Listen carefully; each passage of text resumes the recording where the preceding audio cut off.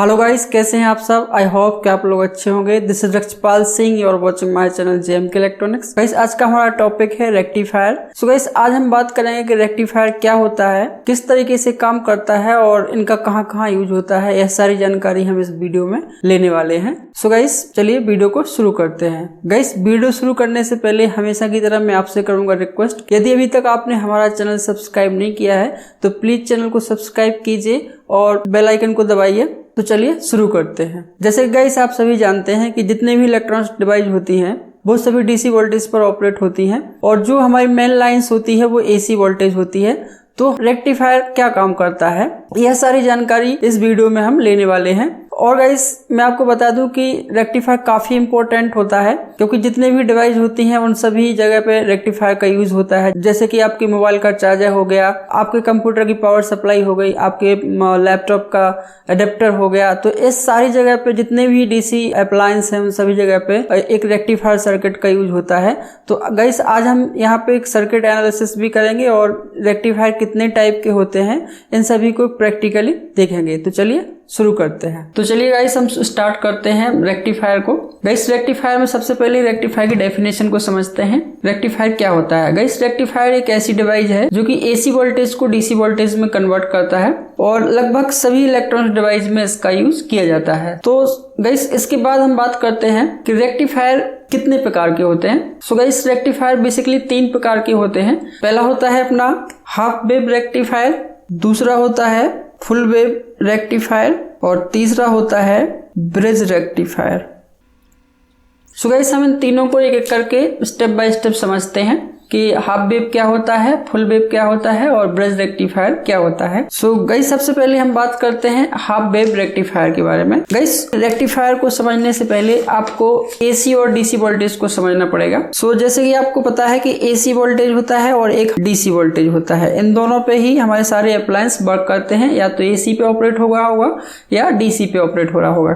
तो सबसे पहले हम एसी वोल्टेज को समझते हैं। एसी वोल्टेज क्या होता है। जैसे कि आप जानते हैं कि एसी जो वोल्टेज होता है वो यूनिडायरेक्शनल होता है, मतलब कि उसमें करंट क्लॉकवाइज और एंटी क्लॉकवाइज बहता है। जो एसी वोल्टेज होता है उसकी जो वेव फॉर्म होती है वो साइन वेव होती है, मतलब कि पॉजिटिव और नेगेटिव। इस तरीके से एसी में करंट फ्लो होता है। बल्कि जो डीसी की बात करें तो डीसी में जो करंट होता है वो वन डायरेक्शनल होता है, एक ही डायरेक्शन में करंट फ्लो होता है। तो इस प्रकार से एसी और डीसी काम करते हैं। गाइस तो आपने देखा होगा कि जितने भी हमारे एसी अप्लायंस होते हैं उन पर लिखा होता है 220 वोल्ट 50 हर्ट्ज। मतलब कि गाइस हर्ट्ज क्या है, हर्ट्ज उस एसी वोल्टेज की फ्रीक्वेंसी है। इसका मतलब होता है कि 1 सेकंड में एसी वोल्टेज 50 बार ऑन होता है और 50 बार ऑफ होता है। जो एसी वोल्टेज है उसकी 1 सेकंड में 50 बार डायरेक्शन चेंज होती है। 50 बार क्लॉकवाइज जाएगी और 50 बार एंटी क्लॉकवाइज जाएगा। इस 50 हर्ट्ज का मतलब यह होता है। तो गाइस सबसे पहले हम बात करते हैं हाफ वेव रेक्टिफायर के बारे में। सो गाइस आप देख पा रहे हैं यह एक हाफ वेव रेक्टिफायर का सर्किट है। यहाँ पे गाइस इनपुट वोल्टेज है और ये हमारी आउटपुट वोल्टेज है। यहाँ पे एक ट्रांसफार्मर का यूज किया गया है और गाइस यहाँ पर एक डायोड का यूज किया गया है जो कि रेक्टिफायर डायोड भी बोलते हैं और पीएन जंक्शन डायोड होता है। तो गाइस ये कैसे काम करता है इसके वर्किंग को हम समझते हैं। तो गाइस आपको पता है कि यहाँ पर जो पीएन जंक्शन डायोड होता है वो एक ही डायरेक्शन में काम करता है, मतलब कि फॉरवर्ड वाइज ही काम करता है, रिवर्स वाइज में ऑफ हो जाता है। और गाइस यदि आप डायोड या और अन्य कंपोनेंट के वीडियो देखना चाहते हैं, फुल डिटेल वीडियो देखना चाहते हैं तो मैं चैनल पे अपलोड कर दिए हैं, आप उनको जाके जरूर देखिएगा। आपको वहां पर कैपेसिटर, रेजिस्टेंस, ट्रांजिस्टर ये सारे वीडियो आपको वहां पर मिल जाएंगे। तो चलिए अब बात करते हैं कि हाफ वेव रेक्टिफायर कैसे काम करता है। गाइस इसके नाम से ही पता चल रहा है हाफ वेव। हाफ वेव का मतलब होता है हाफ साइकिल। जैसे एसी जो वोल्टेज होता है उसमें 1 सेकंड में ऐसे 50 साइकिल पॉजिटिव होंगी और 50 नेगेटिव होंगी। इसका मतलब है गाइस कि यह सिर्फ हाफ साइकिल को ही रेक्टिफाई करता है, इसलिए हम इसे हाफ वेव रेक्टिफायर कहते हैं। इसमें एक ही डायोड यूज होता है। गाइस अब हम इसकी कुछ वर्किंग समझते हैं। मान लो कि जी हमारे पास एसी वोल्टेज है जो कि इनपुट वोल्टेज है हमारा Vin और ये हमारा डायोड है। जब डायोड में P पर पॉजिटिव और N पर नेगेटिव देते हैं तो डायोड क्या हो जाता है, फॉरवर्ड वाइज में कनेक्ट हो जाता है, यानी कि करंट इस तरीके से इसमें फ्लो होने लगेगा। तो जब ये साइकिल इसमें जाएगी, मतलब यहाँ पर जब पॉजिटिव होगा तो डायोड क्या हो जाएगा, ऑन हो जाएगा।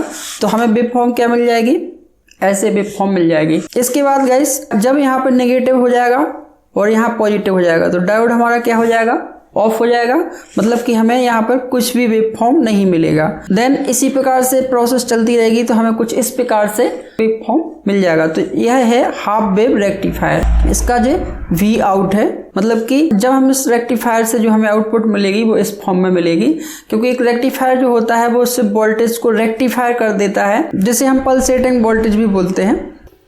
सो गाइस कुछ इस प्रकार से एक हाफ वेव रेक्टिफायर काम करता है। आई होप कि आपको समझ में आया होगा। एक बार फिर से आप देख लीजिए, यहाँ पे हमारा भी इन है, मतलब जब हम यहाँ पे 220 वोल्ट की सप्लाई देंगे और जो हमारा ट्रांसफार्मर है, तो ट्रांसफार्मर क्या करेगा, उस 220 वोल्टेज की सप्लाई को स्टेप डाउन कर देगा, और जो डायोड है वो डायोड क्या कर देगा, उस वोल्टेज को रेक्टिफाई कर देगा, और फाइनली हमें आउटपुट इस प्रकार से मिल जाएगी। तो एक रेक्टिफायर इसी तरीके से वर्क करता है। गाइस इसके बाद हम बात करते हैं इसके प्रैक्टिकल कनेक्शन की।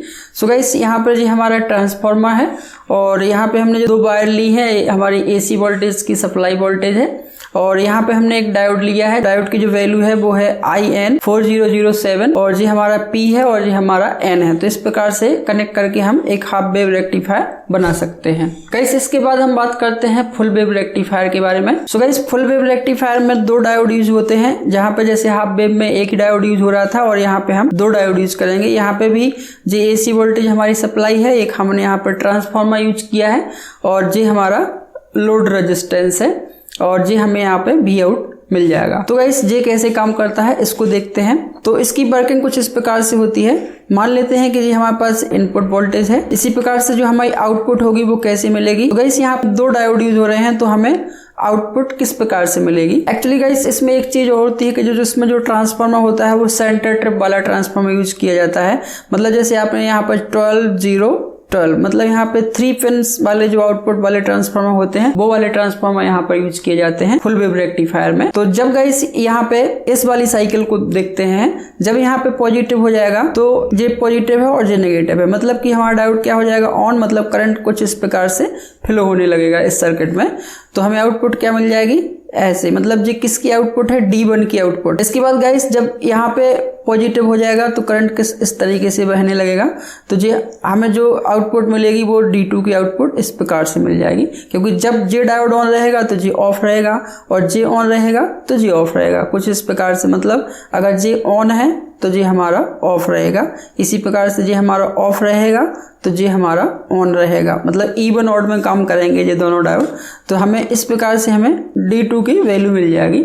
तो गाइस जो हमें फाइनल आउटपुट मिलेगी वो हमें क्या मिल जाएगी, ऐसे मिल जाएगी इस प्रकार से। अब ये क्या कर रहा है, मतलब कि पॉजिटिव साइकिल को भी रेक्टिफाई कर रहा है और नेगेटिव साइकिल को भी रेक्टिफाई कर रहा है। क्योंकि हाफ वेव रेक्टिफाई क्या कर रहा था, सिर्फ पॉजिटिव साइकिल को ही रेक्टिफाई कर रहा था, और जो फुल वेव रेक्टिफायर है वो क्या कर रहा है, पॉजिटिव साइकिल को भी रेक्टिफाई कर रहा है और नेगेटिव साइकिल को भी रेक्टिफाई कर रहा है। इसलिए इसे हम कहते हैं फुल वेव रेक्टिफायर, मतलब ये पूरी वेव को रेक्टिफाई कर देता है। गाइस इसके बाद हम बात करते हैं इसके प्रैक्टिकल कनेक्शन के बारे में। इसमें एक ट्रांसफार्मर लिया गया है जो कि स्टेप डाउन ट्रांसफार्मर है। यहाँ पे हमारी एसी सप्लाई वोल्टेज है जो कि 220 वोल्ट है। यहाँ पे हमने 2 डायोड यूज किए हैं जो कि जिसकी वैल्यू है IN4007। इसके बाद गाइस यहाँ पे ये हमारा P है और ये हमारा N है, जैसे कि आपने डायोड के वीडियो में देखा होगा। यदि अभी तक आपने हमारा डायोड वाला वीडियो नहीं देखा है तो आप उसको जाके जरूर देखिए, उसकी लिंक मैं आपको वीडियो के डिस्क्रिप्शन में भी दे दूंगा। तो गाइस ये हमारा P होता है और ये N होता है। तो इस प्रकार से हम इसके प्रैक्टिकल कनेक्शन कर सकते हैं और एक हम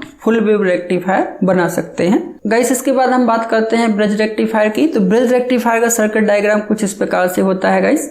इसमें एक ट्रांसफार्मर होता है जो हमारी एसी वोल्टेज सप्लाई वोल्टेज है, और यहाँ पे गाइस 4 डायोड का यूज किया जाता है, क्योंकि ब्रिज रेक्टिफायर सबसे अच्छा रेक्टिफायर होता है जो कि सबसे ज्यादा यूज होने वाला सर्किट डायग्राम है पावर सप्लाई में। ये किस तरीके से वर्क करता है, इसमें गाइस एक ही बार में 2 डायोड काम करते हैं। जहां पे अभी अपन ने क्या देखा कि एक बार या तो पॉजिटिव साइकिल रेक्टिफायर होगी या तो नेगेटिव साइकिल रेक्टिफायर होगी, लेकिन इसमें क्या होती है एक ही बार में पॉजिटिव और नेगेटिव साइकिल रेक्टिफायर होगी। कुछ इस प्रकार से आप देखिए एक बार, जैसे कि मान लेते हैं हमारे पास जो इनपुट वोल्टेज है जो कि एसी है, जो हमारी आउटपुट है। तो इसमें देखते हैं किस प्रकार से काम करता है। जैसे मान लो यहाँ पे जो कनेक्शन है जो हमारी एसी वोल्टेज सप्लाई है, यहाँ पे एसी मिल रही है। जब यहाँ पे पॉजिटिव होगा तो यहाँ पे क्या होगा, नेगेटिव होगा। तो जब यहाँ पे पॉजिटिव होगा तो जो D1 हमारा क्या हो जाएगा, ऑन हो जाएगा, और D1 ऑन हो जाएगा, करंट इस तरीके से यहाँ फ्लो होना शुरू हो जाएगा। और जब यहाँ पे नेगेटिव हो जाएगा तो हमारा D3 डायोड क्या हो जाएगा, ऑन हो जाएगा, और करंट किस डायरेक्शन में फ्लो होने लगेगी, इस डायरेक्शन में फ्लो होने लगेगी, और हमें यहाँ पे नेगेटिव सप्लाई मिलने लगेगी। मतलब आपने देखा कि एक ही बार में 2 डायोड काम कर रहे हैं। कैसे? क्योंकि जब आपको पता है कि यहाँ पॉजिटिव होगा तो यहाँ नेगेटिव होगा, मतलब जे वाला पॉइंट अगर पॉजिटिव होगा तो जे वाला पॉइंट नेगेटिव होगा। तो जब जे वाला पॉजिटिव होगा तो जे वाला डायोड ऑन होगा, मतलब D1 ऑन होगा और D3 ऑन होगा। तो इसी प्रकार से जब यहाँ नेगेटिव हो जाएगा तो D4 ऑन हो जाएगा और D2 ऑन हो जाएगा। तो इस प्रकार से एक ही बार में 2 डायोड वर्क करते हैं। हम इसकी आउटपुट देखते हैं कैसे निकलेगी। जब यहाँ पे देखिए आप D1 की आउटपुट क्या निकलेगी, D1 ऑन है, बाकी D1 ऑन है और क्या है, D2 ऑन है। तो हमें कैसे आउटपुट मिल जाएगी, ऐसे ऐसे और ऐसे। फाइनल आउटपुट क्या हो जाएगी हमारी, इस प्रकार से फाइनल आउटपुट हमें मिल जाएगी। मतलब जी हमारा D1 है, D2 है, D3 है, D4 है, और इस प्रकार से हमें फाइनल आउटपुट मिल जाएगी। सो गाइस आपने देखा कि एक रेक्टिफायर सर्किट कैसे वर्क करता है। गाइस इसके बाद हम बात करते हैं एक complete power supply circuit diagram की। सो गाइस सबसे पहले कोई भी पावर सप्लाई बनती है जब, तो उसमें सबसे पहले क्या होती है, हमारी AC पावर सप्लाई होती है।